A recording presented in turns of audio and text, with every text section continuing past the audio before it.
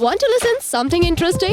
Then listen to Radio Ipsa 91.2 FM. जगह है दिल की बात के साथ और शो पे मैं लेकर आ गई हूँ एक बार फिर से आपके लिए अमेजिंग से स्टार्टअप और उनकी जर्नी और उनसे मिली हुई लर्निंग। तो आज हमारे साथ हमारे स्टूडियो में है मिस्टर राहुल भार्गव जी, जो कि शी कुंज के फाउंडर हैं और सीईओ भी हैं। तो वेलकम है राहुल जी, आपका बहुत बहुत स्वागत है। Thank you. राहुल जी के बारे में मैं आपको बहुत सारी बातें बताऊंगी क्योंकि इनका प्रोफाइल बहुत ज्यादा बड़ा है। इनके जो एक्सपीरियंसेस हैं और अभी हाल फिलहाल जो कर रहे हैं ना, वो बहुत ही अमेजिंग कर रहे हैं, लेकिन वो मैं नहीं बताने वाली हूँ, वो बताने वाले हैं राहुल जी खुद। तो राहुल जी, कैसे शुरुआत हुई इस जर्नी की और कैसे शीकुंज जो है आपके दिमाग में आया, और क्या आपकी सोच थी कि विमेन एम्पावरमेंट करेंगे या फिर कुछ और करेंगे? क्या रहा था थॉट प्रोसेस? सबसे पहले तो यहाँ बुलाने के लिए आपका बहुत बहुत शुक्रिया। एक सबसे इम्पोर्टेंट बात यह है कि जब हम बात करते हैं नारी सशक्तिकरण की, तो ये सफर नारी सशक्तिकरण को लेकर, शिकुंज को लेकर तो 2020 में चालू हुआ, लेकिन जब मैं मेरी जर्नी की बात करता हूँ, so we started I started in 2007 when I was in the 10th standard. Okay. और वहाँ आपने इंदौर में अपोलो टावर का नाम सुना होगा, बड़ा ही फेमस प्लेस है when we talk about the girls garment. तो वहाँ एक दुकान हुआ करती है, आज भी है वो दुकान, और वहाँ पर मैं साफ सफाई का काम किया करता था और मैं गर्ल्स गारमेंट बेचा करता था। मेरा काम रहता था कि 11:30 बजे से 12:30 के बीच में मुझे वहाँ पहुँचना है और मालिक के आने के पहले सब साफ सफाई करके टेबल वगैरह सबको सेट करना है, काउंटर वगैरह सबको, क्योंकि उस समय इतना मॉल कल्चर नहीं था, तब सारे कपड़े जो है वो घड़ी करके रखना होते थे पन्नी के अंदर, टॉप वगैरह। तो मेरा वो काम रहता था और फिर मैं वहाँ पर पार्ट टाइम सेलिंग भी करने लगा। वहाँ से मुझे सेल्स में इंटरेस्ट आया और फिर then I move to Eureka Forbes, जो कि फील्ड मार्केटिंग में सबसे बड़ी कंपनी उस समय मानी जाती थी। तो मैंने यूरेका फोक्स ज्वाइन करा। मैंने door to door Aquasure करके इनका एक मॉडल लॉन्च हुआ था, मुझे आज भी याद है, वो 2750 रुपए का आया करता था, नॉन इलेक्ट्रिक मॉडल आता था वो, और हमारी एक टारगेट रहता था, हमें वो बेचना रहता था। और फिर then I move to Dainik Bhaskar सर्वे के मैंने काम करे, फिर मैं सेंटर इंचार्ज बना पत्रिका में, फिर ऐसे करके अलग अलग जॉब करके मैंने कॉल सेंटर ज्वाइन करा। फाइनली 2012 में जब मैं मेट्रो टैक्सी के कॉल सेंटर में काम करता था, जो कि आजकल तो बहुत बड़ा ऑफिस बन चुका है, पहले वहाँ रात को सिर्फ 7 से 8 लोग रहा करते थे और वो जंगल हुआ करता था। तो वहाँ 100 मेट्रो टैक्सी जो SX4 पहले जो थी वो चला करती थी, और मैं और मेरे कुछ साथी 3-4 नाइट में काम करते थे। वहाँ रात में बैठे बैठे मेरे मन में आया कि क्यों ना कुछ बिजनेस इनिशिएट किया जाए, और मैंने इतनी सारी जॉब करी थी, मैं सेल्स में अच्छा हो चुका था, कम्युनिकेशन मेरा हनुमान जी बढ़िया हो गया था। तो मैंने कहा क्यों ना कुछ इनिशिएट किया जाए, तो मैंने पार्ट टाइम ट्रेनिंग देने का काम इनिशिएट किया। वहाँ से धीरे धीरे करके मेरी एक्स्ट्रा इनकम जो है चालू हुई, मैं फिर ट्रेनर बना, और फाइनली फिर ऑडियो के साथ मैंने अपना बिजनेस जो है वो स्टार्ट करा। 2013 के एंड में मैंने सबसे पहला बोलेंगे मटेरियल, मतलब पहली जो मटेरियल के थ्रू जो कमाई थी वो स्टार्ट कर दी। मैंने एक कंपनी के स्पीकर्स जो है वो बेचे, वहां से आय का जो है हमारा तो चालू हो गया। 2015 तक मैंने जॉब के साथ साथ अपना व्यापार किया, और 2015 में जॉब को साइड में करते हुए फिर मैं पूरे तरीके से व्यापार में एंटर कर गया। यहाँ से हमने अलग अलग, now we have more than 3 different businesses under the banner of Art Ventures and RDV Group.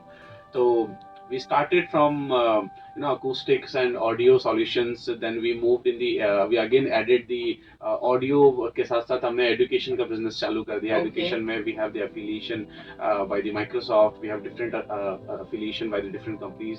वहाँ से हमने फिर आगे बढ़ते हुए 2018 में हम रिक्रूटमेंट में आए, और फिर ये जो टीम है ये बढ़ती गई, ऑफिसेस बढ़ते गए, और 2020 में शिकुंज आया। एक मन में बात हमेशा रहती थी, क्योंकि मैंने जब काम चालू करा था 2007 में, तो उस समय मेरी मदर को बहुत स्ट्रगल करना पड़ा था। मुझे आज भी याद है कि मेरे पिताजी as a security guard Apollo tower में ही कुछ महीने तक काम किए थे।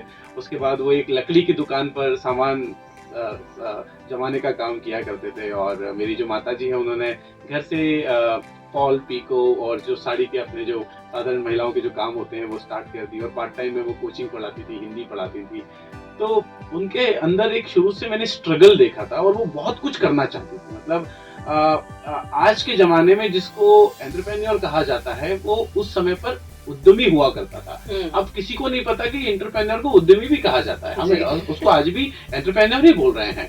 लेकिन उस समय पर उद्यमिता करके एक ट्रेनिंग हुआ करती थी जो मेरी मदर ने ली थी, लेकिन वो कभी अपने आप को उद्यमी नहीं बना पाई क्योंकि रिसोर्सेज नहीं थे, क्योंकि चीजें नहीं थी, क्योंकि पैसा नहीं था, साधन नहीं थे।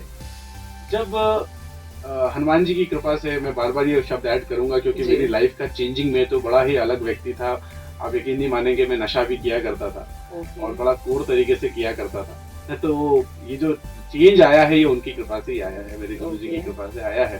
तो अब हुआ ये कि जब इस काबिल बने, तो जब सब कुछ होने लगा, सारे बिजनेस सेट हुए, तो मन में विचार आया कि क्यों ना वुमेन के लिए कुछ किया जाए, क्यों ना महिलाओं के लिए कुछ ऐसा इनिशिएटिव लाया जाए जो कि फ्री हो, जिसके लिए उन्हें कोई पैसा ना देना पड़े, जो उनके लिए हो, उनकी शिक्षा के लिए हो, उनके स्वास्थ्य के लिए हो और उनकी समृद्धि के लिए हो। इसको ध्यान में रखते हुए हमने शीकुंज को रजिस्टर्ड करवाया। शीकुंज एक ऐसी ऑर्गेनाइजेशन, पहले हमने सोचा था क्यों ना इसको एनजीओ बनाया जाए, हमें नाम मिल चुका था, we have registration for this name, trademark हमारे पास आ चुका था। तो मन में एक विचार था कि इसको एनजीओ बना देते हैं। पर फिर बात आई कि अगर इसको एनजीओ बनाते हैं तो फंड कहाँ से लाएंगे? फंड तो लगेगा, या तो फिर हमें अलग अलग कंपनीज के पास जाना पड़ेगा, पैसे के लिए बोलना पड़ेगा। तो फिर क्या करें? क्योंकि देखिए, कोई भी ऑर्गेनाइजेशन को लंबे समय तक चलाने के लिए आर्थिक रूप से सक्षम होना जरूरी है, यह सत्य है। चाहे आप किसी भी रास्ते पर हो, आप समाज के सुधारक हो, आप समाज के सेवक हो, या आप कोई भी हो। तो हमने कहा कि क्यों ना ऐसा मॉडल लॉन्च किया जाए जो पैसा भी कमाए और समाज को सब कुछ फ्री दे दे, जैसे रॉबिनहुड किया करते थे। अगर हम रॉबिनहुड की कॉमिक्स पढ़ते हैं तो रॉबिनहुड की कॉमिक्स लेकर गरीबों को तो जब हम रॉबिनहुड की कॉमिक्स पढ़ते हैं तो हमारे मन में एक बात आती है, जब भी हम उस कॉमिक्स को पढ़ते हैं, मुझे नहीं पता कि वो कैरेक्टर सच है या गलत है, बट मैं उसे बड़ा मानता हूँ। वो अमीरों से लेता था और गरीबों में बांटता था। अमीरों के पास से कुछ बोले समंदर में से कुछ लोटे कम हो जाते थे, लेकिन गरीबों के लिए वो अपने आप में एक समंदर हुआ करते थे। तो उसको ध्यान में रखते हुए वी लॉन्च द शिकुंज मॉडल, और शिकुंज एक ऐसा प्लेटफॉर्म बना जो महिलाओं की शिक्षा, स्वास्थ्य और उनकी समृद्धि के लिए काम करता है। शिक्षा, स्वास्थ्य और समृद्धि, ये तीनों बहुत जरूरी है एक महिला के लिए। शिक्षा, कहते हैं कि अगर एक पुरुष शिक्षित होगा तो वो अपने आप को और अपने परिवार को चलाएगा, लेकिन जब एक महिला शिक्षित होती है तो वो 3 अलग अलग परिवारों को चलाती है। वो 3 अलग अलग परिवारों को हम बात करते हैं, जब वो पैसे के रूप में हो, वह चाहे शिक्षा के रूप में, किसी के रूप में हो, वो 3 अलग अलग परिवार को। अब यहाँ पर सबसे बड़ा चैलेंज आया कि शिक्षा में क्या। तो हमने वो कोर्सेज उठाए जो आज की जनरेशन में बहुत ज्यादा जरूरी थे, और जिसको सीखने के लिए आपको कोई कोर कोडिंग या ऐसी कुछ टेक्निकल लैंग्वेज सीखने की भी जरूरत नहीं है। तो हमने डिजिटल मार्केटिंग लिया, ग्राफिक डिजाइनिंग लिया, हमने बेसिक जो कोर्स है कंप्यूटर में एक्सेल ले लिया। तो जब हमने प्रस्ताव अपनी टीम के सामने रखा तो सबसे बड़ा सवाल आया कि ऑलरेडी प्रधानमंत्री कौशल विकास योजना और ऐसी कई योजनाएं चल रही हैं, तो हम क्या नया कर रहे हैं, हम क्या इसमें ला रहे हैं। तो एक हमारे मध्य प्रदेश की एक बहुत ही अच्छी मिनिस्टर है, उनसे जब मेरी बातचीत हुई तो उन्होंने मुझसे सवाल करा कि जब ऑलरेडी ये चल रहा है तो राहुल जी नया क्या कर रहे हैं। जब हम अफिलिएशन के लिए गए थे, क्योंकि शिकुंज इज गवर्नमेंट अप्रूव्ड प्रोग्राम, तो अब हम क्या नया कर रहे हैं आप। तो मैंने कहा कि देखिए, आप जो सिखा रहे हैं उसमें ज्यादातर सिलाई, कढ़ाई और बुनाई है। मैंने उनसे एक सवाल किया कि आप मुझे इतना बताइए महोदय कि जितने कंप्यूटर बिकते हैं क्या उतनी सिलाई मशीन बिकती है? तो मैंने कहा ये बात तो सही। तो मैंने कहा कि क्यों ना हम उन्हें स्किल तो सिखाएं, हम सिलाई, कढ़ाई, बुनाई सिखाएं, वो एक नारी को सीखना बहुत जरूरी है जी। लेकिन अगर हम उसे एक्सेल पे ट्रेन कर देंगे तो वो किसी सीए के यहाँ बैक ऑफिस में काम कर लेगी, वो किसी लॉयर के यहाँ डेटा मैनेज कर लेगी, वो किसी हॉस्पिटल की रिसेप्शनिस्ट बन सकती है। तो वो लेबर में काउंट नहीं होगी। एक फैक्ट्री में काम करने वाला व्यक्ति, चाहे वो कितनी अच्छी डिजाइनिंग करता हो, मैं एक बड़े ही मुंबई में एक बहुत बड़े डिजाइनर से मिला, मैं नाम नहीं बता सकता उनका। मैंने उनसे कहा आपके पास कितना स्टाफ है, तो उन्होंने कहा मेरे पास 550 लेबर है। तो वो शब्द मुझे बड़ा ऐसा लगता था, लेबर। तो मेरे मन में यही था कि वो कितनी अच्छी सिलाई, कढ़ाई, बुनाई सीख ली, वो लेबर कहलाएगी। तो यहाँ वो प्रोफेशनल कहलाएगी। जी बिल्कुल। तो उसको ध्यान में रखते हुए हमने बैक ऑफिस से कुछ कोर्सेज उठाए, हमने टैली सिखाया, हमने कंप्यूटर में एक्सेल सिखाया, हमने वर्ड के और वो भी free of cost. Free of cost. हम शिकुंज का शिक्षा, स्वास्थ्य और समृद्धि समाज के लिए, मैंने कहा ना रॉबिनहुड मॉडल है, तो ये तीनों पूरे फ्री हैं। और मुझे गर्व होता है आपको ये बताते हुए कि अब तक हम मोर देन 70,000 महिलाओं को 8 राज्यों को पढ़ा चुके हैं, जिनमें से 30,780, ये पिछले सप्ताह तक का आंकड़ा है, जिसमें 30,780 महिलाएं सर्टिफाइड हो चुकी हैं। और ये रेशियो कहाँ वेरी कर रहा है, पढ़ने के बाद हमारे एग्जाम होते हैं, उनको पास करना होता है, वो पास जो करेगा वही वो सर्टिफाइड करेगा। तो 30,000 से ज्यादा महिलाएं आज सर्टिफाइड हो चुकी हैं, जिसमें से लगभग 4,500 महिलाएं इंटर्नशिप और जॉब्स की अपॉर्चुनिटी ले चुकी हैं। और ये पूरा मॉडल फ्री है। चाहे आप मॉडर्न एज वुमेन हो, चाहे आप एक गृहिणी हो, जैसे आज हम बात करें गृहिणी की, तो उसके लिए अपने काम के साथ साथ एक मैटर करता है कि वो और क्या कर सके, तो वो डिजिटल मार्केटिंग सीख के हमारा घर में बैठे बैठे एफिलिएट मार्केटिंग का काम कर सकती है। Exactly. So this is how शिकुंज came in the picture and यही है जो शिकुंज का मॉडल है। That is really amazing। क्या जर्नी थी बॉस, और क्या इन्होंने मेहनत करी है वो तो आपने देखा है। और ये जहाँ चाह वहीं राह, ये आपने सुना ही होगा। और इनकी जो चाहत थी, इनको ये जो सारी चीजें मिली है वो उसी की बदौलत मिली है। तो कभी भी अपनी ड्रीम्स जो है ना वो बहुत बड़े रखना चाहिए। ये मेरे ख्याल से सबसे पहली लर्निंग है जो आपकी जर्नी से जो है मुझे समझ में आया है। लेकिन इस तरह की बहुत सारी ऐसी बातें हैं जो अभी करना बहुत ज्यादा बाकी है, क्योंकि राहुल जी हमें बताने वाले हैं स्टार्टअप से रिलेटेड क्या क्या चीजें होती है, क्या क्या चीजें ऐसी होती है जो आपको सीखना बहुत ज्यादा जरूरी होती है। और स्पेसिफिकली जो विमेन है जो मुझे सुन रही है या देख रही है, वो अगर जानना चाहती है कि किस तरीके से आप नया बिजनेस स्टार्ट करना चाहते हैं, तो आपको एक बहुत ही छोटा सा काम करना है। तो आपको सुनते रहना है रेडियो 91.2 FM मेरी आने वाली के साथ, और शो चल रहा है स्टार्टअप पे बात। Stay tuned to Radio Ipsa 91.2 FM, जो कहे दिल की बात। Hello and welcome back my amazing listener. आप सुन रहे रेडियो 91.2 FM मेरी आने वाली के साथ, और शो पे आ गए हैं राहुल भार्गव जी, जो कि हमें बता रहे हैं उनकी जो जर्नी थी, अमेजिंग सी जर्नी थी, जैसे उन्होंने शुरुआत की और उसके बाद आज जिस मुकाम पर वो है वो तो सच में अद्भुत है। और आपकी हिंदी भी बहुत अच्छी है, अंग्रेजी भी बहुत अच्छी है, दोनों अच्छी है। मैं कोशिश कर रही हूँ कि मैं बहुत ज्यादा हिंदी बोलने की कोशिश करूंगी इसमें। और इसी के साथ जो है राहुल जी ने, जैसे कि उन्होंने बताया है, अभी हम लोग जब चर्चा कर रहे थे तब इन्होंने बताया कि इन्होंने टोटल जो है वो मोर देन 30,000 को 30,780 महिलाएं जो हैं इनको ग्रूम किया है, इनको कोर्सेज प्रोवाइड किए हैं और सक्सेसफुली उन्होंने कंप्लीट भी किए हैं। तो जैसा कि आप महिला सशक्तिकरण में काम कर रहे हैं, इतना एम्पावरमेंट कर रहे हैं, तो आपके सामने जैसे आप महिलाओं से मिलते हैं तो बहुत सारे ऐसे चैलेंजेस होते हैं जो कॉमन होते हैं उनके अंदर। तो ऐसे क्या चैलेंजेस है जो आपके बिजनेस में, मतलब शिकुंज ने फेस किए कि भाई ये महिलाओं को मैक्सिमम ये प्रॉब्लम्स जो है वो फेस करने को मिलती है? हाँ, मैं आपका क्वेश्चन बड़ा अच्छा है, क्योंकि यहाँ पर सबसे बड़ी बात ये आती है कि जब हम महिला शब्द का प्रयोग करते हैं तो आता है गृहस्थी, जी, घर, जी, मैटरनिटी टाइम, द टाइम जब वो एक नए एक शिशु को जन्म देती है। जी। तो सबसे बड़ी बात ये आती है कि भारत अलग अलग धर्म का, अलग अलग स्टेट्स को मिलाकर अलग अलग चीजों से बना हुआ है। आज इंडिया में आपकी संस्कृति सबसे जरूरी है। आज भारत जो है वो सांस्कृतिक देश है।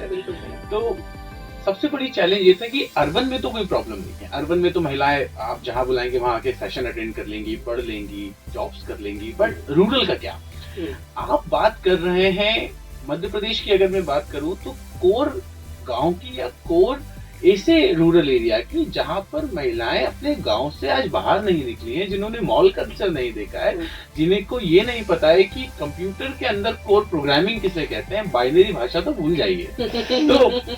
तो जब हम इसकी बात करते हैं, उन्होंने मतलब इसी चीजें कभी देखी ही नहीं है। तो आप वहां जाकर ये बात कर रहे हैं कि आप ग्राफिक डिजाइनिंग सिखाने वाले, क्या आप डिजिटल मार्केटिंग सिखाने वाले हो? सबसे बड़ी बात, आप उन्हें कन्विंस कैसे करेंगे? जी, ये सबसे बड़ा चैलेंज। बिल्कुल, आप उनके पुरुषों को कैसे समझाएंगे कि हम उनको कहीं लेके नहीं जा रहे हैं, हम उन्हें यही पढ़ाने वाले हैं, आप कैसे समझाएंगे?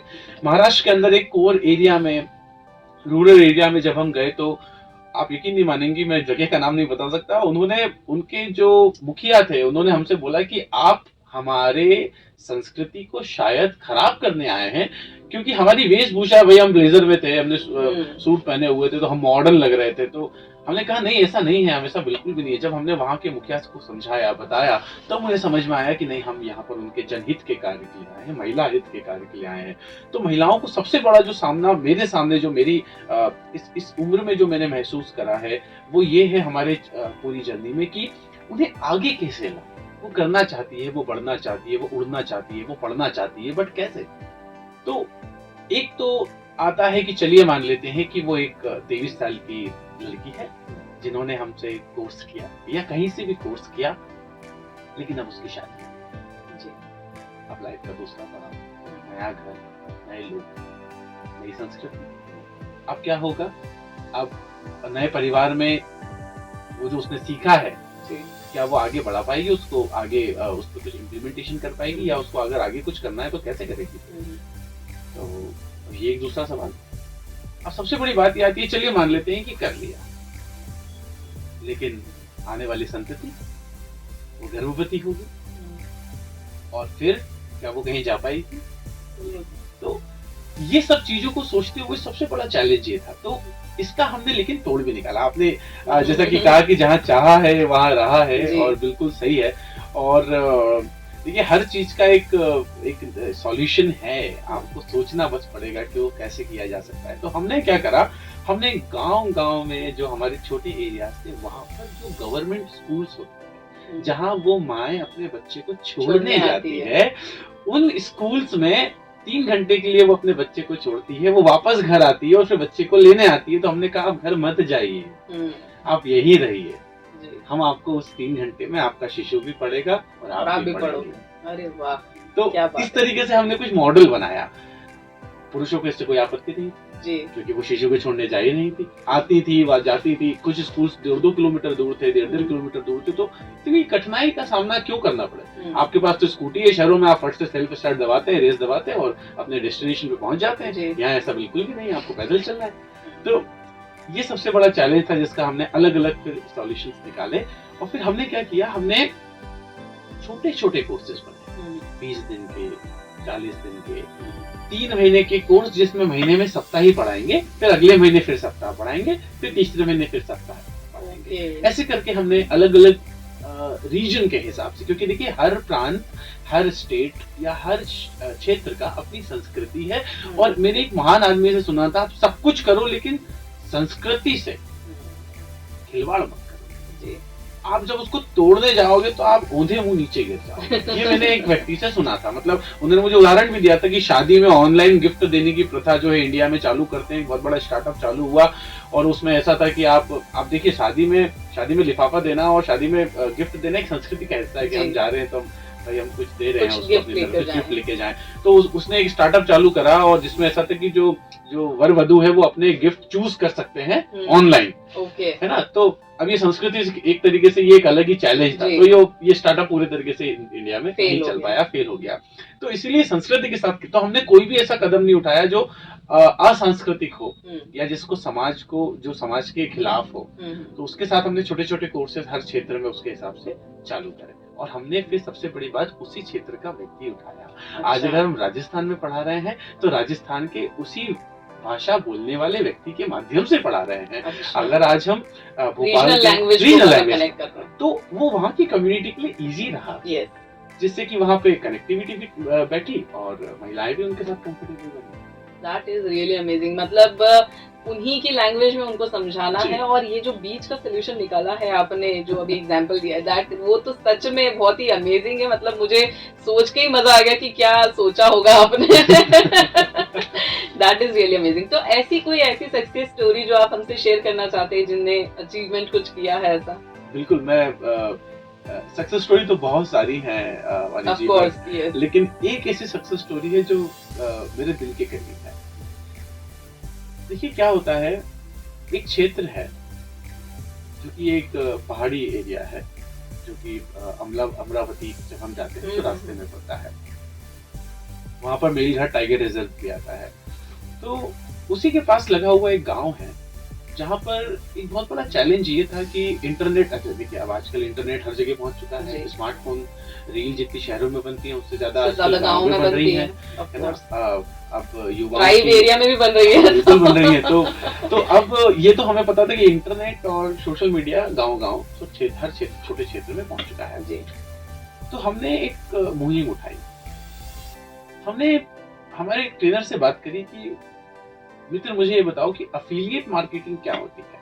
ये मैंने उससे डिस्कशन किया तो उसने मुझे बताया सर बहुत बेसिक सी चीज है, इधर से लिंक उठाते हैं, इधर डालते हैं, इधर कॉपी करते हैं और इस लिंक से जो खरीदेगा वो पैसा कमाएगा।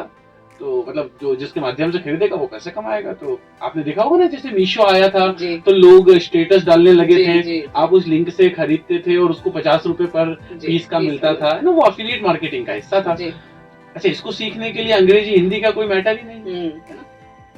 आज अगर मैं आपसे बात करूं, मैं बात करता हूं जो मेरा वाहन चालक है, उसे मैं जीतू पायलट बोलता हूं।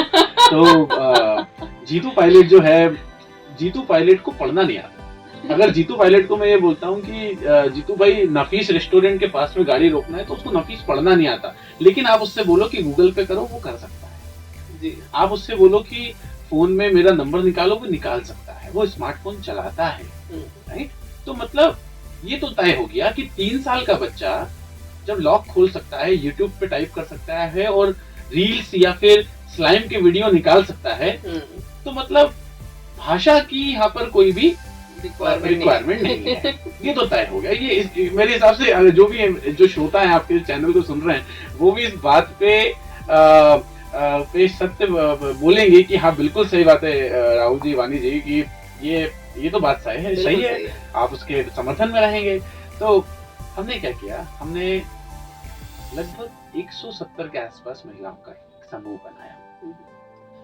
वहां पर एक कम्युनिटी हॉल था, जहां पर मैंने खुद ने जाकर वहां पर एक प्रेजेंटेशन दिया। वहां पर मैंने उनको पहले ये समझाया, उनके मुखिया के माध्यम से उनको ये समझाया कि हम यहाँ पर आपको कुछ एक नया एक्स्ट्रा अर्निंग का साधन देने आए हैं, आपको सिर्फ अपने घर में अपने बच्चे का स्मार्टफोन लेके आना है। ठीक है, डन। बच्चे भी साथ में आए। महिलाओं को स्मार्टफोन चलाना आते थे क्योंकि उनको वीडियो कॉलिंग करना आती थी। उनके पति किसी दूसरे शहर में कोई कंपनी में या किसी फैक्ट्री में नौकरी करते थे, तो वीडियो कॉलिंग तो आजकल आप भी जानते हैं कि हर क्षेत्र में चलती है। तो उनको स्मार्टफोन खोलना और जिनको पता था व्हाट्सएप क्या होता है, उनको ऑपरेट करना आता है। तो हमने अफिलिएट मार्केटिंग करना सिखाई। कुछ कंपनी ऐसी ली हमने जिनके थ्रू लिंक जनरेट करके कॉपी पेस्ट अपलोड सिखाया। उन गृहिणियों के पास में, उन महिलाओं के पास में ऑलरेडी, क्योंकि वो जो बच्चे हैं उनकी तो कम्युनिटी है ना, तो उस लिंक से लोगों ने माल खरीदना चालू कर दिया। आज की डेट में प्रतिदिन का 150 रुपए से लेकर लगभग 250 रुपए का प्रतिदिन आय है उन महिलाओं की।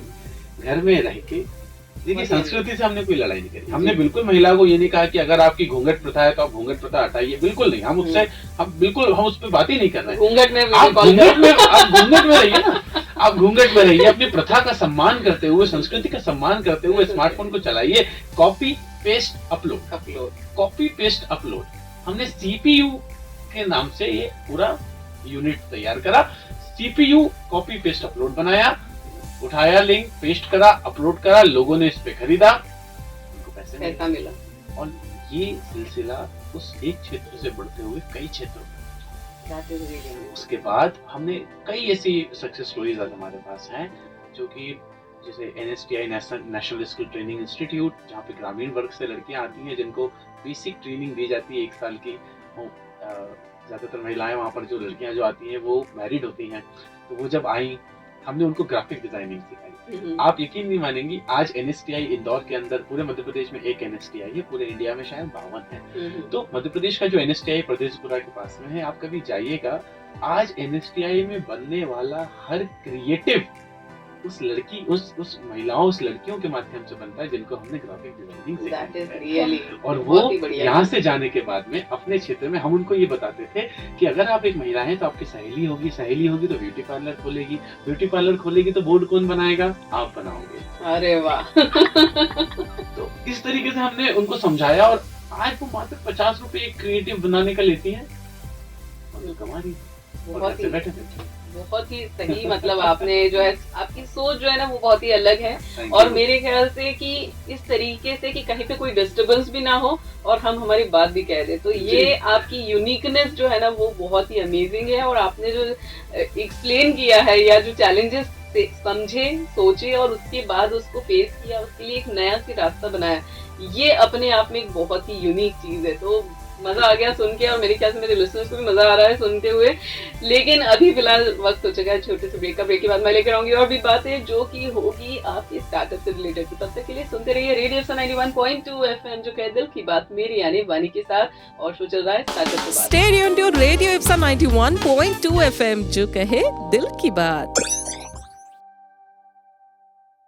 Hello and welcome back amazing listener, आप सुन रहे हैं 91.2 एफएम मेरे आने वाले के साथ। और शो पे हम बात कर रहे हैं विमेन एम्पावरमेंट के बारे में। और मेरे साथ आज स्टूडियो में है राहुल जी, और ये हमें बता रहे हैं, बहुत ही अमेजिंग बातें बता रहे हैं एक तो। और इनकी जो जर्नी है वो अपने आप में इतनी यूनिक है, इतनी यूनिक है। मैंने इतने सारे स्टार्टअप्स पे बात करी है और इतनी सारी चर्चाएं करी, लेकिन इनका स्टार्टअप सबसे ज्यादा यूनिक लगा है। नंबर 1 पे जो है राहुल जी आपका स्टार्टअप है, और बहुत ही अमेजिंग सा आप काम कर रहे हैं। और जैसे कि आपने बताया कि इतने सारे चैलेंजेस हैं, आपने सक्सेस स्टोरीज भी शेयर करी है, लेकिन आपके जो फ्यूचर प्लान्स हैं आपकी कंपनी को लेकर, वो क्या है, क्या सोचते हैं, क्या विजन रखते हैं आप? देखिए, एक सबसे इम्पोर्टेंट बात ये होती है कि अगेन मैं रॉबिनहुड का एग्जांपल लेता हूँ। अगर वो अमीरों से लेता है तो उसको ज्यादा से ज्यादा गरीबों तक पहुंचाना पड़ेगा जी। वो एक स्तर पे बार बार पैसे नहीं बांट सकता,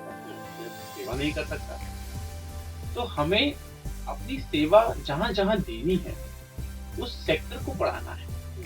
आज हम लगभग 58 सिटीज में हैं, लगभग 58 शहरों में हैं, जिसमें 8 स्टेट्स के हम ये 58 शहरों की बात कर रहे हैं। और हम चाहते हैं कि हम जितना जल्दी हो सके नॉर्थ ईस्ट या फिर ऐसा ट्राइबल एरिया के साथ साथ जो अभी तक अनटच्ड हो, लेकिन जहाँ इंटरनेट वहां पर पहुंचे, और वहां पहुंच के हम अपनी ये जो सेवाएं हैं, शिक्षा की, स्वास्थ्य की, समृद्धि की, ये वहां पर प्रदान करते हैं। तो जब ये कम्युनिटी बढ़ेगी तो बैकएंड से हमारा जो बिजनेस है, जो स्रोत है आय के, वो भी अपने आप ही बढ़ जाएंगे। क्योंकि जितना ज्यादा आज हमारे पास जो वुमेन क्राउड है वो मोर देन 6 लाख है, ये क्राउड जितना बढ़ेगा हमारे पास उतना ज्यादा ट्रैफिक जनरेट होगा, और उसी के आधार पे हमें एडवर्टाइजमेंट भी उतने ज्यादा मिलेगा, रेवेन्यू भी उतना ज्यादा बढ़ेगा। That is really amazing. आपका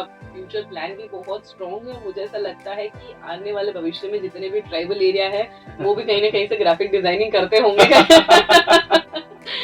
तो ये तो बात हो गई भाई ये कि आपकी कंपनी के बारे में। लेकिन अब मेरा जो सवाल आने वाले हैं वो बिल्कुल बेसिक ग्राउंड से आने वाले हैं, क्योंकि मैं बात कर रही हूँ एक ऐसी महिला की जो घर में बैठी हुई है, या जो कोई काम नहीं कर रही है, या जो कोई बिजनेस नहीं कर रही है, लेकिन उसके बावजूद भी उसके अंदर मन में एक चाह है कि नहीं, उसे कुछ न कुछ तो करना है। तो ऐसी बिजनेस वुमेन के लिए या बिजनेस माइंडसेट रखने वाली वुमेन के लिए आपको अगर स्टेप बाय स्टेप बताना हो कि आज मैं अगर घर में रही हूँ, लेकिन अब मुझे जो है वो नेक्स्ट प्लान करना है, जैसा कि हमारा डिस्कशन हुआ था, बी प्लान जो है वो क्या होना चाहिए। हाँ। तो इसके बारे में क्या कहना चाहेंगे? देखिए, मैं ऐसा मानता हूँ, जैसा कि मैंने कहा कि भारत संस्कृति का देश है, और यहाँ पर रहने वाली, यहाँ जन्मी हर एक महिला के अंदर कहीं ना कहीं एक मैनेजर या एक एंटरप्रेन्योर, जिसको मैं उर्दू में बोलूंगा, वो छुपा हुआ है। मैनेजर इसलिए क्योंकि उसको पता है कि चीजें मैनेज कैसे करी जाती है, चीजों को रखने से लेकर, चाहे आज मैं अगर बात करूं भारत की, तो आज एक पुरुष के नाते मेरी जेब में एक बार पैसे कम हो सकते हैं, खत्म हो सकते हैं कि भाई मेरे पास कैश नहीं रखा हो, लेकिन मैं आज भी अगर मैं आधी रात को भी मेरी माँ से या मेरी वाइफ से अगर मैं ये कहूँ कि लाइए मुझे 500 रुपए कैश दे दीजिए, वो मुझे कहीं से भी दे देगी, क्योंकि उसको पता है कि मैनेज कैसे करना है, चीजें कैसे सेट करना है। तो देखिए, ऐसा है कि सबसे बड़ी बात इम्पोर्टेंट ये समझनी पड़ेगी कि आपकी इच्छा क्या है। आपने कहा स्टेप बाय स्टेप, तो मैं सबसे पहली स्टेप, देखिए स्टेप्स में कभी भी ये नहीं होगा कि जाइए और लोन ले लीजिए, जाइए फंड ले लीजिए, नहीं, ऐसा बिल्कुल भी नहीं है। आप एक गृहिणी हैं, भारत गांवों का देश है। आज हमारे पास अलग अलग समुदाय के लोग हैं। तो आप एक गृहिणी है, आप जो भी अपना काम कर रही हैं उसके साथ में आप देखिए कि आपको क्या बढ़िया आता है। क्या आप घर पे अच्छी रंगोली बनाते हैं? तो छोटी बात कर रहे हैं आप। क्या आप घर पे बैठे बैठे ग्रामीण वर्ग में महिलाएं स्केचिंग भी करती हैं? जी। पेंसिल से स्केच बनाती हैं, राधा कृष्ण जी की जो तस्वीरें होती हैं, शिव जी की तस्वीरें होती हैं, वो बनाती हैं। क्या आप बहुत अच्छे से करती हैं? या फिर क्या आप अच्छा मांडना बनाती हैं दीवार पे? आपके अंदर एक कला जरूर होगी। या तो अंदर आपके अंदर छपाई की कला होगी, बुनाई की कला होगी, कढ़ाई की कला होगी, या खाना बनाने की कला होगी। अगर आप एक महिला हैं तो आपके अंदर एक कला छुपी है, ये सत्य है। अब मैटर ये है कि आपको उस कला को पहचानना, ठीक है? तो मान लेते हैं कि आपने एक कला अपने अंदर पहचान ली कि आप एक बहुत अच्छी पेंसिल आर्टिस्ट, स्केचिंग आर्टिस्ट, आप पेंसिल से अच्छी पोर्ट्रेट बना सकती हैं, है ना, कृतियां उतार सकती है कागज पे। तो आप एक काम करिए, आप अपना जो आप समय घर में दे रहे हैं उसके साथ साथ आप अपनी पेंसिल से बनाए हुए आर्ट को ऑनलाइन सेल करना चाहिए। देखिए, हम पहले स्टेप की बात करें, एकदम उस स्तर के बिजनेस की जो वास्तविकता में संभव है। हम उसकी बात बिल्कुल नहीं करेंगे कि आप अपना सामान लीजिए अमेज़न पे सेल कर दीजिए, उसके लिए आपको बहुत सारी चीजें लगेंगी, है ना, समय लगेगा। तो हम स्टेप बाय स्टेप की बात करें। तो आपने अपनी कला को पहचाना, कला को पहचानने के बाद आप इसको सेल कर सकते हैं। कैसे कर सकते हैं, उस पर आप बात करते हैं। जो भी आपकी कला है, आप एक, जैसे हमने लिया, आप एक पेंसिल से आर्ट बनाते हैं या आप एक अच्छा खाना बनाते हैं। अगर आप अच्छा खाना बनाते हैं, अगेन इंटरनेट सब जगह पहुंच चुका है, आप अपने ऑनलाइन ब्लॉग बना सकते हैं। आपको ये जान के आश्चर्य होगा कि आज भी मास्टर शेफ को देखने वालों से ज्यादा ऑनलाइन पे लोग उन गृहिणियों का खाना देखना, मम्मी पापा रसोई बहुत ज्यादा फेमस है। बिल्कुल। और एक बड़े साउथ के एक बहुत अच्छे नॉनवेज कुक हुआ करते थे, मुझे पता नहीं उनका नाम क्या है, अब तो वो दुनिया में नहीं रहे। उनके वीडियोस में मिलियंस के व्यू, एकदम देसी। तो आप अपने वीडियो बनाना चालू कर दीजिए, यूनिक जो भी आप बनाते हैं, जैसे दाल चिकोली। आज दाल चिकोली कई क्षेत्रों तक नहीं पहुंची, सबसे इजी और सबसे जल्दी बनने वाले खानों में से एक। आप दाल चिकोली बनाइए, आप अच्छी दाल चिकोली बनाते हैं, आप उसको वीडियो बनाइए। वीडियो कैसे बनाना है उसके लिए आपके घर में जो भी जवान व्यक्ति है वो आपको गाइड जरूर करेगा। तो आप उससे पूछिए, वो आपको गाइड करेगा, आप अपने वीडियो बनाना चालू कर दीजिए। जब आपकी वीडियो एक अच्छे व्यूज तक पहुंच जाए तो आप किसी भी एक ऐसे व्यक्ति से मिलिए जो ऑलरेडी कंपनी चलाता हो या जो ऑलरेडी कुछ चीज कंपनी के बारे में जानता हो। वो आपको सरकारी योजनाओं से कनेक्ट करेगा और वो आपको फंड दिलवाएगा आपके इस व्यापार को आगे बढ़ाने के लिए। अब बात करते हैं, ये तो चलिए हो गया पार्ट टाइम। अब जो भी महिलाएं ऑलरेडी कुछ कर रही हैं, ऑलरेडी जो भी कर रही हैं, मान लेते हैं कि वो एक गृहिणी है, वो ऑलरेडी स्कूल टीचर है, या वो एक गृहिणी है, वो किसी कंपनी में ऑलरेडी काम कर रही है। लेकिन जब वो शिफ्ट होंगी, मान लीजिए उसकी शादी हो गई, या अब वो एक बच्चे को जन्म देने वाली है, तो उस परिस्थिति में हो सकता है उसको कंपनी छोड़ना पड़े।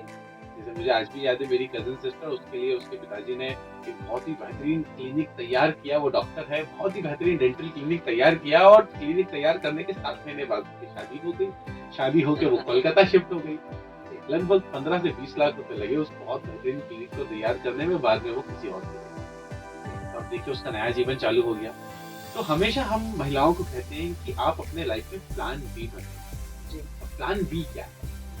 प्लान बी मतलब ये होता है कि आप जो भी कर रहे हैं अपनी लाइफ में, चाहे वो कुछ भी काम हो, वो आपका प्लान ए है। जैसे एक बच्चा एमपीपीएससी की तैयारी करता है तो हम उसको बोलते हैं, बेटा तू 1 साल रह के इंदौर में कोटा में एमपीपीएससी की तैयारी कर रहा है, कर, लेकिन क्या तू ये लिख के दे सकता है कि तेरा सिलेक्शन हो जाएगा? तो वो बोलेगा भी कर ले। हाँ, तो हम उसको कहते हैं साथ में कोई डिग्री ले ले, और डिग्री नहीं ले सकता हो तो एक काम कर, स्किल सीख ले, जैसे digital marketing, data science, computer operator ही बन जाए, राइट? तो साथ में कुछ ना कुछ ऐड कर ले, जिससे भगवान ना करे 1 साल बाद अगर तेरा सिलेक्शन नहीं हो पाया तो प्लान बी तेरे काम आ जाएगा। तो प्लान बी वो हथियार है जो प्लान ए के फेल होने के समय पर आपके काम आ सकता है। तो प्लान बी क्या क्या हो सकते हैं, हम उस पर थोड़ा सा बात करते हैं। प्लान बी हो सकते हैं आपके शॉर्ट टाइम के कोर्सेस, प्लान बी हो सकते हैं आपके ऐसे व्यापार जो आप घर से बैठे बैठे कर सकते हैं। कोर्सेज पे मैं बात करता हूँ, तो कोर्सेज पे अगर हम डिस्कशन करते हैं तो सबसे पहले मैं आपको जो कोड, अगर आपके घर में कंप्यूटर है तो मेरा सजेशन रहेगा आप एक्सेल सीखना चालू कीजिए। लगभग 6 महीने का समय लगेगा और 6 महीने में आप बेहतरीन एक्सेल चलाना, देखिए 100% तो एक्सेल कोई नहीं चला सकता, मैं भी नहीं चला सकता, है ना, क्योंकि एक्सेल अपने आप में एक समझ बहुत बड़ा। तो आप एटलीस्ट बेसिक काम चालू कर सकते हैं। चलिए, आप ये नहीं कर सकते कोई बात नहीं। आजकल कैनवा जैसे मार्केट में टूल आ चुके हैं, है ना, रेंडर फॉरेस्ट जैसे एनिमेशन टूल आ चुके हैं। अगेन, जिसको सीखने के लिए इंग्लिश जरूरी नहीं है, आप उस पे बैठे बैठे डिजाइनिंग सीख लीजिए, यूट्यूब पे इसके वीडियो अवेलेबल है, राइट? नहीं तो शिकुंज को संपर्क करिए, शिकुंज आपको सिखाएगा।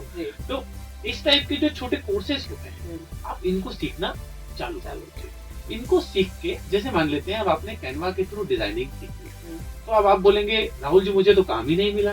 काम मिलेगा नहीं, काम आपको ढूंढना पड़ेगा। आप एक गृहिणी है, आप चाहे प्रोफेशनल है या कोई भी है, आप जो भी काम कर रही थी वो प्लान है, साथ में आपने कैनवा की डिजाइनिंग सीख ली, तो अब आप क्या काम करिए। आपकी एक महिला मित्र है जिनका नाम जो खुशबू है, और खुशबू का एक ब्यूटी पार्लर है, खुशबू ब्यूटी पार्लर। तो आप एक काम करिए, खुशबू ब्यूटी पार्लर को बोलिए कि मैं तेरा बोर्ड बनाऊंगी, फ्री में बनाइए, क्या दिक्कत है। तो आपने कैनवा से जो फ्री में घर में बैठे बैठे डिजाइनिंग सीखी, आप उसका बोर्ड बना लीजिए। बना लिया बोर्ड, उसको दे दीजिए, वो प्रिंट निकलवा लेगी। उसी प्रकार से आपके हस्बैंड का बर्थडे आया, आपके भाई का बर्थडे आया, आपके बच्चे का बर्थडे आया, उसका पोस्ट बना लीजिए और स्टेटस पर डालना चालू कर दीजिए। एक समय बाद लोग आपसे संपर्क करेंगे और आपसे कहेंगे यार अगर आपका नाम कोई तो, जैसे वाणी जी है तो बोलेंगे वाणी जी मेरा भी एक ऐसा पोस्ट बना दो, तो आप बोलिए मैं 50 रुपए लूंगी। आपका व्यापार चालू हो गया। और ये इसके मेरे पास प्रमाण है। उत्तर प्रदेश बिहार की जो महिलाएं इंदौर में NSTI में पढ़ रही थी, आज वो कमा रही इसी के आधार पे। ये तो हमने एक उदाहरण लिया। तो ऐसे कई स्टेप्स हैं जिसके आधार पे आप अपना प्लान बी ये कर सकते हैं। जैसे मैंने आपको कहा कि आप खाना अच्छा बनाते हैं, तो आप खाने के ब्लॉग्स बनाना चालू कर दीजिए। एक समय बाद आप ये इंतजार मत करिए कि YouTube आपको विज्ञापन देगा तो आप पैसे कमाएंगे। नहीं, बिल्कुल भी नहीं। आपके खाने के वीडियो को आप स्टेटस पे डालिए, आपके क्षेत्र में फैलाइए। आप दिल्ली तक पहुंचाने की कोशिश मत करिए, आप बड़ी कंपनी तक पहुंचाने की कोशिश मत करिए। सबसे बड़ी गलती यही होती है। हमने वीडियो बनाया तो हमारे बच्चे बोलते हैं मम्मी आपके तो 600 ही व्यू आए। हाँ बिल्कुल सही बात है, 600 आए, बट 600 कहाँ क्या है, आपके क्षेत्र क्या है। अब आप क्या करिए, आपके क्षेत्र से कोई एक विज्ञापन उठा लीजिए। ऐसा विज्ञापन उठा लीजिए 600 लोगों तक आपका वीडियो पहुंचा, आपके गाँव में, आपके शहर में, आपके क्षेत्र में। आप एक पार्लर वाली के पास जाइए, आप बोलिए कि देख भाई 600 महिलाएं मेरा वीडियो देखती हैं, ला तू मेरे को 200 रुपए दे, मैं तेरा विज्ञापन करूंगी। क्या दिक्कत है, आपका आय का स्रोत चालू हो जाएगा, आप कमाना स्टार्ट कर देंगे और एक समय बाद ये कम्युनिटी बढ़ती जाएगी और आपके विज्ञापन भी बढ़ते जाएंगे और आपका आय का स्रोत भी बढ़ता जाएगा।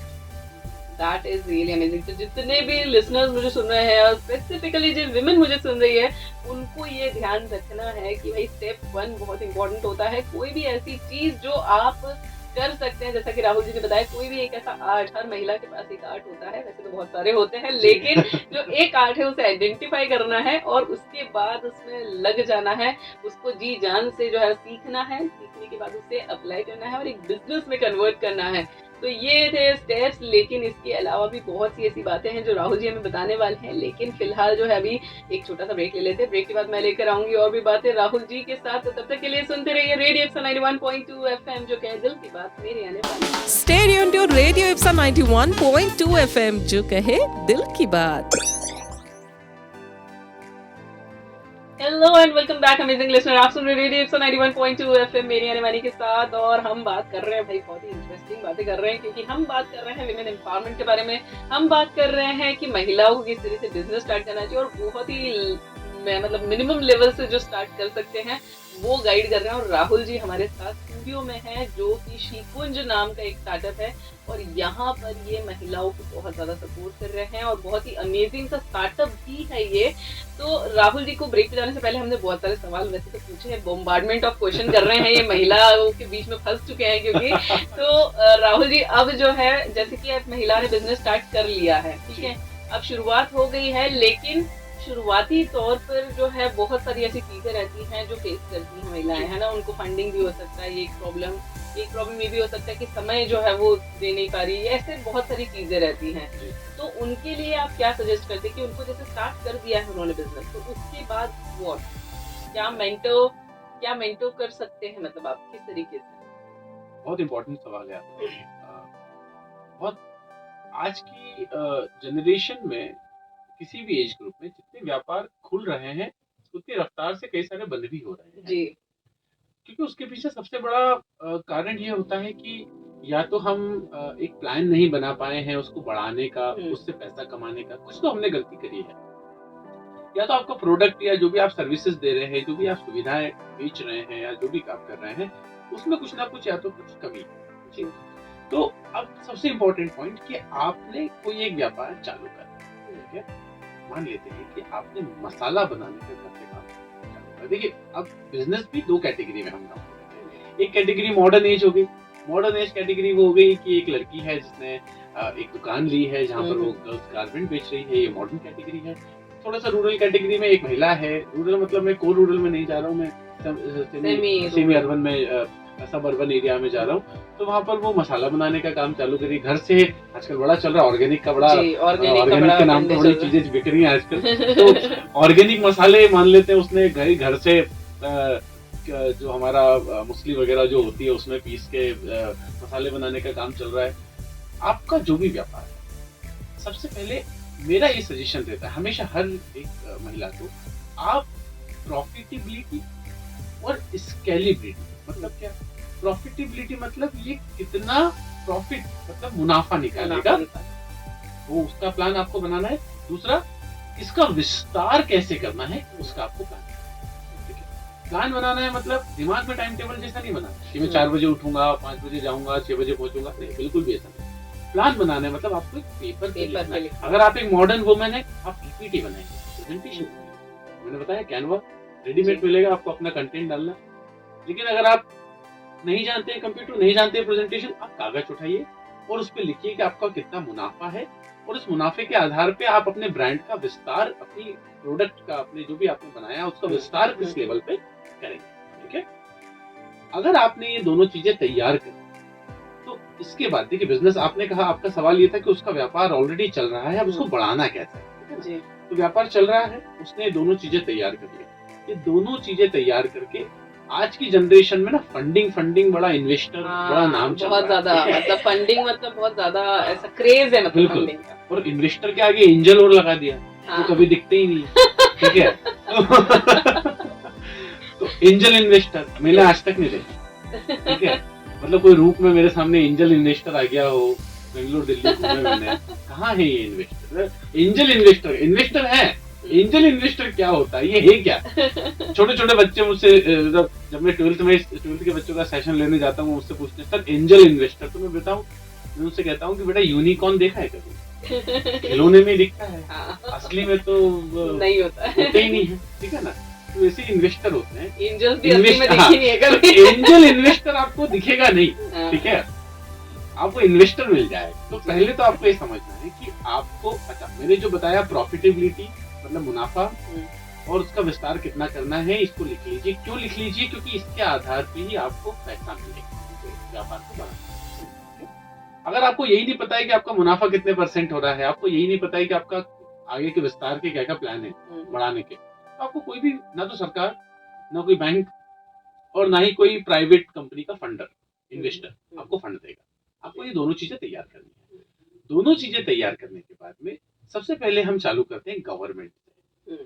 आज गवर्नमेंट में अगर आपके बिजनेस के, आपने जैसे सवाल किया था, बिजनेस ऑलरेडी चल रहा है, अगर बिजनेस चल रहा है तो उसके पास MSME रजिस्ट्रेशन भी होगा, उसके पास दूसरे जो लाइसेंस होते हैं वो भी होंगे। और अगर बिजनेस आज चालू ही किया है तो सबसे पहले मेरा सजेशन आपके श्रोताओं को ये रहेगा कि आप सबसे पहले लाइसेंस लीजिए।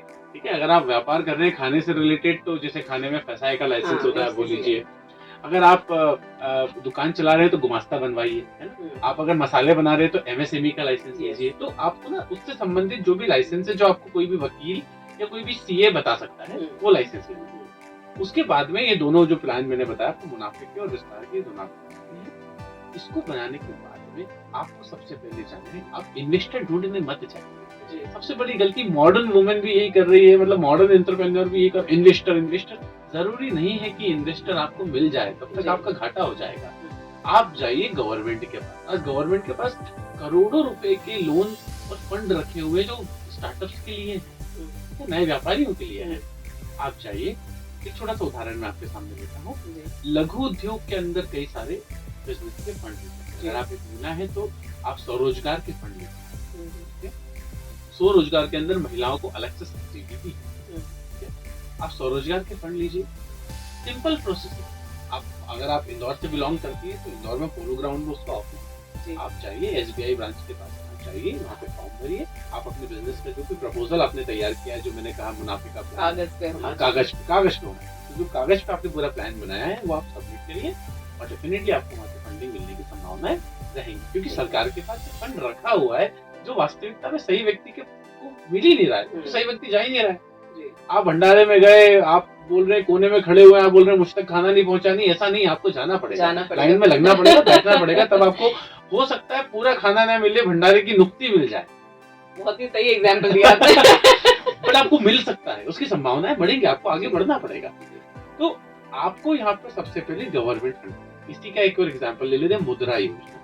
मुद्रा एक बहुत ही फेमस योजना थी जिसमें 10 लाख तक की फंडिंग, छोटी रकम नहीं होती है ये। अगर आप जैसे कि अगर आप मसाला बनाने का काम करें तो 10 लाख में आपकी मशीन भी आ जाएंगी, प्रोडक्ट तैयार हो जाएगा, ठीक है ना। तो 10 लाख रुपए तक की फंड, इससे बड़ा 25 लाख तक के फंड दे सकती है गवर्नमेंट, और सब्सिडी भी देगी और एकदम मिनिमम इंटरेस्ट पे,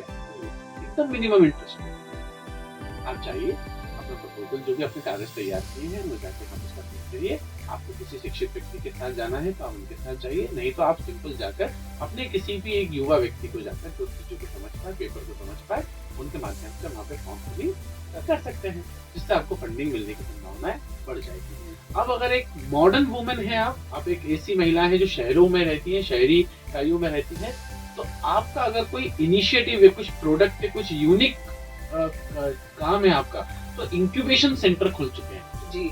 तो आप सबसे पहले इंक्यूबेशन सेंटर में अपने प्रोडक्ट को, अपने आइडिया को रजिस्टर करवा लीजिए। इंक्यूबेशन सेंटर यूनिक आइडिया को फ्री में बैठने की जगह भी देते हैं और काम करने की स्पेस भी देते हैं। जैसे जबलपुर के अंदर अगर आप एग्जांपल ले दो, वहाँ पे एक जबलपुर इंक्यूबेशन सेंटर है, वहाँ हमने खुद ने 5 लोगों की फ्री जगह लेके रखी थी बैठने के लिए, फ्री, आपको कोई पैसा नहीं देना। आज 5 लोगों का ऑफिस लेंगे तो कितना महंगा पड़ेगा, इंटरनेट फ्री, सब कुछ फ्री मिलेगा, ठीक है ना। अगर आप मॉडर्न एरिया से हैं तो आप इंक्यूबेशन सेंटर में जाइए। जब आप इंक्यूबेशन सेंटर में जाएंगी तो आपको वहां पर गवर्नमेंट की योजनाएं भी पता चल जाएंगी, क्योंकि हम कहते हैं ना जैसे माहौल में रहते हैं वैसा सब हमारे पास इंफॉर्मेशन आती रहती है। तो इंक्यूबेशन सेंटर में अगर आप जाते हैं तो आपको लोन की जानकारी भी मिलेगी, आपको MSME की जानकारी भी मिलेगी, आपको इन्वेस्टर जो एंजल जिसकी बात कर रहे थे उसके भी कुछ हिस्से वहां पर आपको मिल सकते हैं, ठीक है। तो आपको सबसे पहले गवर्नमेंट फंडिंग पे मेरा सजेशन हमेशा ये रहता है, इन्वेस्टमेंट पे जाइए, कोई प्रॉब्लम नहीं है। आप गवर्नमेंट पे चलिए, गवर्नमेंट फंड दे रही है, सब्सिडी के साथ दे रही है, आप उसका फायदा उठाइए। उसके बाद में आप अपने कॉन्टेक्ट के जो इन्वेस्टर्स हैं उनसे बात करिए। उसके बाद पैरेलली, मतलब समांतर रूप से चलने दीजिए आप आपके एंजल इन्वेस्टर वाला, और जिस दिन आपको एंजल मिल गया फिर तो कोई बात ही नहीं। बहुत ही सही बताया। तो ये था स्टेप बाय स्टेप प्रोसेस जो कि राहुल जी ने बताया, बहुत ही इजी तरीके से बताया है। लेकिन अभी और भी सवाल हैं राहुल जी जो आपको जवाब देना बाकी है, तो आपको कहीं जाना नहीं है और मेरे लिसनर्स आपको भी कहीं नहीं जाना है। आपको ट्यून करके रखना है रेडियो इप्सा 91.2 FM और सुनना है मेरा ये शो जिसका नाम है स्टार्टअप पे बात। सुनते रहिए radio Ipsa. Stay tuned to Radio Ipsa 91.2 FM जो कहे दिल की बात।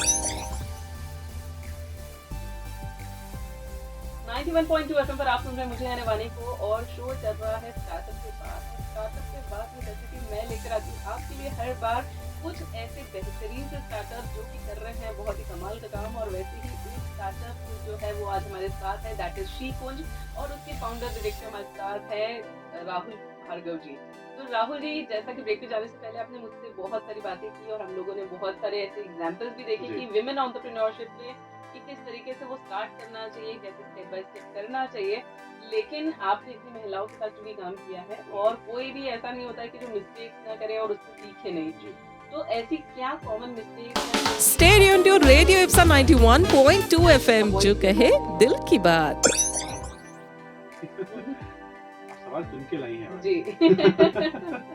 देखिए सबसे इम्पोर्टेंट बात यह है कि आप अगर आपको करनी है, आपका अपना व्यापार चल रहा है, आप उसका ना 6 महीने का प्लान बनाएं। सबसे पहली मिस्टेक ये होती है, आप उसका ना 6 महीने का प्लान बनाएं। आप कभी भी उसका ना 3 साल का, 5 साल का या 10 साल का प्लान नहीं। आपके बिजनेस के आपको पहले मोटिव पता करने होंगे कि आप प्रॉफिटेबिलिटी पे ही काम करना चाहते हैं या स्केलेबिलिटी पे काम करना चाहते हैं। आपको यही नहीं पता है कि आप बिजनेस चालू कर लिया, आपको लगता है कि सिर्फ मैं पैसा आने लग गया। हमें पैसा आने लग गया तो मैं प्रॉफिट में हूँ, मतलब मेरा बिजनेस चल रहा है। नहीं, ऐसा नहीं है, कभी भी बंद भी हो सकता है। हमें कभी भी बड़ी बड़ी कंपनियां आज घाटे में चल रही हैं, बड़ी बड़ी कंपनियां बंद हुई। इसको पता था कि सत्यम जैसी कंपनी बंद हो जाएगी, जो मेरे टाइम पे सबसे बड़ी आईटी कंपनी हुआ करती थी। तो आपको नहीं पता कि आने वाले समय में क्या होगा। तो इसीलिए आपको एक तो सबसे बड़ी गलती, आप सिर्फ प्रॉफिट बेस्ड देखिए।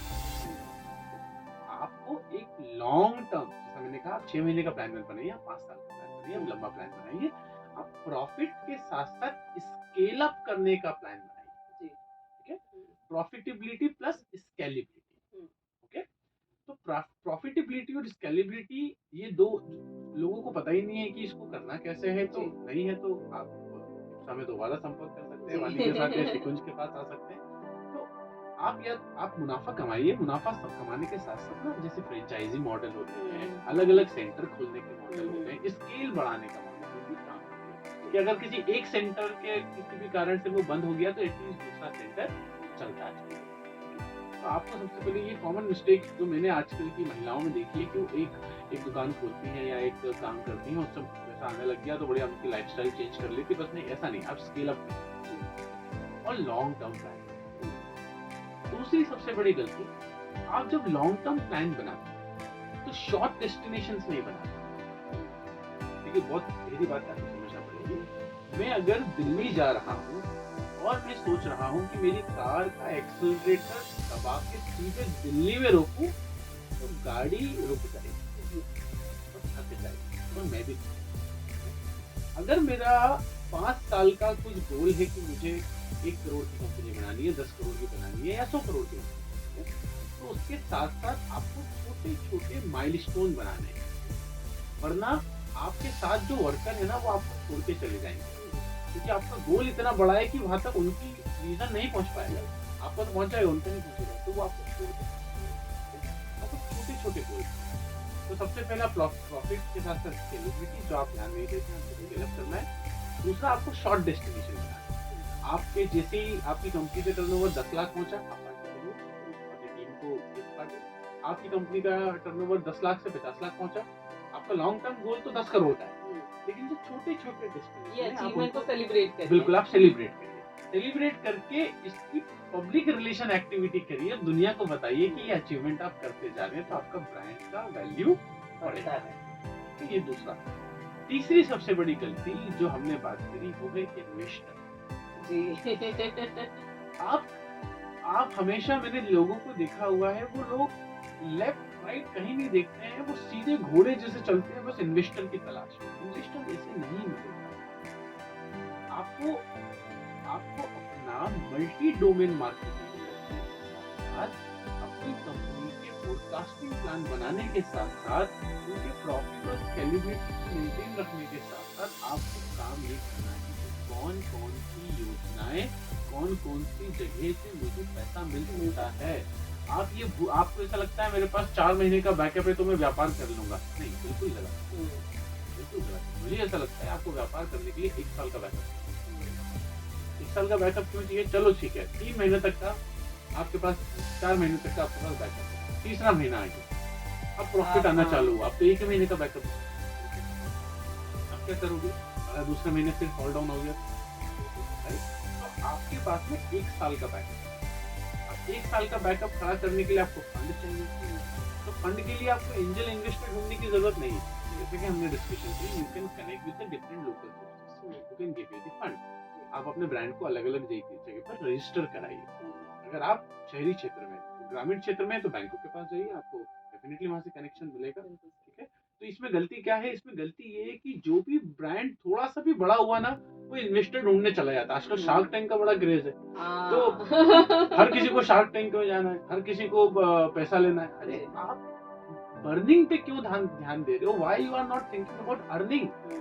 आप पैसा बर्निंग, मैं किसी ब्रांड की आलोचना नहीं करूंगा, अगर बायजूस इतना पैसा ब्रांडिंग में लगा रहा है, बर्निंग कर रहा है, व्हाई नॉट अर्निंग? अभी गवर्नमेंट रिकॉर्ड है कि थाउजेंड्स ऑफ करोड़ के लॉस हुए जी, व्हाई नॉट अर्निंग? अरे मैं कह रहा हूँ छोटे स्केल पे कमाओ। तो आप ना इन्वेस्टर की तरफ दौड़ते हो क्योंकि आपको ना जेब से पैसा नहीं लगा और आपको वो पैसे की ब्रांडिंग करनी है, उसको बर्न करना है। नहीं, क्यों करना है?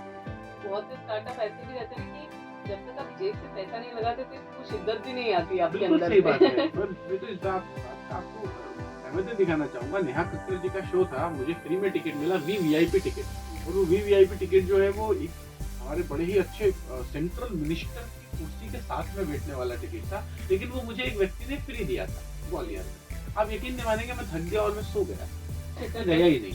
अगले दिन जब उस कॉलेज का वाइस चांसलर ने मुझसे पूछा कि क्या वहाँ गए, तो मैंने बोला नहीं सर, मैं बहुत हेडेक हो रहा था। बोले राहुल जी 34,000 का टिकट। Oh my God. वो मेरे लिए तो कुछ भी नहीं था, क्योंकि मेरे लिए तो वो मुफ्त में फ्री में, तो मेरी शिद्दत ही नहीं आई। तो आपका ये जो पॉइंट है बिल्कुल सही है कि आप जब तक पैसा नहीं लगाओगे ना, तो शिद्दत नहीं। आज मैं आपको 1 करोड़ दूंगा और जाके घर खरीद लो, आप कुछ भी खरीद लो, लेकिन जब बैंक लोन देगी ना, आप चुन के चीजें देखोगे, सारी फैसिलिटीज देखेंगे, क्योंकि आपको ब्याज चुकाना है और कोई इसमें दिक्कत भी नहीं है। ब्याज देने में क्या दिक्कत है? जैसी जैसी किस्तें दे रहे हैं वैसे वैसे वो आपके पास आते जाते हैं। ये सोच बदलनी है। तो व्यापार में सबसे पहले आप जो इन्वेस्टर की तलाश में ढूंढना चाहते हैं, वो आप बर्निंग के लिए अगर जा रहे हैं तो बिल्कुल गलत है। आप अर्निंग मॉडल, आप बर्निंग मॉडल मत बनाइए। आप लोकल में कमाइए, फिर आप जाइए स्टेट में, फिर आप जाइए कैपिटल। डायरेक्ट ऐसा बहुत वो राइट। जो मैंने आपको कहा ना कि लंबा गोल, मैं एशिया की सबसे बड़ी कंपनी बनना चाहता हूँ, तो पहले इंदौर की तो बन जा भाई। बिल्कुल सही। तो इंदौर की बन, सेलिब्रेट कर, फिर MP की बन, सेलिब्रेट कर, फिर इंडिया की बन, सेलिब्रेट कर, स्टेप बाय स्टेप। तो इसमें आपको फंड भी कम लगेगा, अब आपकी गलतियां कम होंगी, आपका बर्निंग पे ध्यान नहीं जाएगा, अर्निंग पे ध्यान जाएगा। ये सबसे मेजर मिस्टेक्स हैं जो लोग कर रहे हैं आज के जनरेशन। तो ये मिस्टेक जो है, जो राहुल जी ने बताई, इसको अवॉइड करना है। हमें बर्निंग पे नहीं, अर्निंग पे ध्यान देना है। और उसी तरह से आपको बहुत ज़्यादा इन्वेस्टमेंट नहीं होना है, आपको पहले खुद जो है वो मेहनत करके उसको आगे जाना है। और उसी के साथ जब आपकी मेहनत होगी तो आपको ऑटोमेटिकली उससे बहुत ज़्यादा कनेक्शन भी फील होगा। लेकिन उसी के साथ साथ आपको बहुत सारी ऐसी मिस्टेक जो राहुल जी ने बताई है उसको अवॉइड करना है। तो आप स्टार्टअप जो है उसको ऑर्गेनाइज कर सकते हैं। तो thank you so much Rahul ji. आखिर में मैं चाहती हूँ कि हमारे जो लिसनर्स हैं उनके लिए आप क्या मैसेज देना चाहते हैं? सबसे पहले तो मैं फिर से एक बार धन्यवाद देना चाहूँगा आपका कि आपने हमें इस लायक समझा कि आज हम यहाँ पर आपके साथ बैठे हैं। दूसरा, आप सभी इफ्सा के श्रोतागण का कि उन्होंने हमें सुना, और मेरे हिसाब से सुना ही होगा जी, बिल्कुल। कि उन्होंने हमें इतना सुना। तो मैसेज में आपके सभी श्रोताओं को ये देना चाहूँगा कि एक चीज़ तो ये कि आपके अंदर एक उद्यमी, एक एंटरप्रेन्योर छुपा हुआ है। अगर आप एक महिला है तो आप उसे पहचान, अगर आप उसे पहचान लेंगी, उसको आगे बढ़ाने के लिए कई सारी कंपनियां, कई सारी सरकारें, इप्सा जैसी रेडियो, शिकुन जैसी संस्थान आपके साथ में, आपके सपोर्ट के लिए खड़े हो जाएंगे। लेकिन आपको पहचानना जरूरी होगा। तो मेरा एक ही मैसेज ये है कि आप किसी से मत पूछिए कि मैं क्या करूं, आप अंतर मन से बात करिए, अपने मन से पूछिए कि मैं क्या कर सकती हूँ। जो आप कर सकती हैं, जो आप कर सकती हैं, आप उसमें आज से ही कागज पेन लेके बैठ जाइए, प्लान बनाना चाहते हैं, और आपका साथ देने के लिए कई संस्थाएं आपको करेंगी।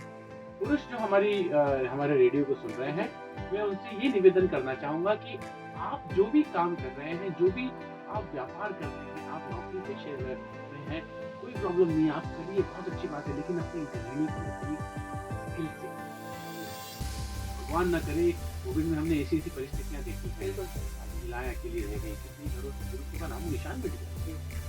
ठीक है, कितने घर ऐसे हुए जिन महिलाओं के पास स्किल बेस था, आलू टमाटर, उनके पास नहीं था, उसके बाद हमने देखा वो क्या प्रलय आया था। तो मेरा एक ही मैसेज है सभी पुरुषों को कि आपके घर में जो भी महिला है, चाहे वो बेटी है, चाहे वो आपकी माँ है, चाहे वो आपकी पत्नी है, आपकी बहन है, आप उनको ना एक स्किल सिखाओ। आप उनको बोलिए, देखिए कई सारे फ्री कोर्सेज चल रहे हैं, आप उसको बोलिए कि वो करे और अपनी योग्यता अनुसार काम करना धीरे धीरे करते करे। जिस प्रकार से आप एफडी करते हैं ना, आप एफडी करते हैं, उसी तरीके से ये आपकी आजीवन की एफडी हो जाएगी। एफडी तो पैसे के रूप में है, वो तो कभी भी खत्म हो जाएगा, लेकिन योग्यता कभी खत्म नहीं होगी। तो महिलाओं से मेरा एक ही मैसेज में अपना संदेश पहुंचाना चाहूंगा कि आप जगत जननी है, आप सब कुछ कर सकती है, आप में क्षमताएं हैं, आप शक्ति के रूप में भारत में पूजी जाती है। तो आप में सब कुछ करने की क्षमताएं हैं, चाहे सेल्फ डिफेंस की बात करें, चाहे डिजिटल मार्केटिंग की बात करें, तो आपको सिर्फ अपनी रुचि को पहचानना है, उसको आगे बढ़ाना है और आप आगे बढ़िए।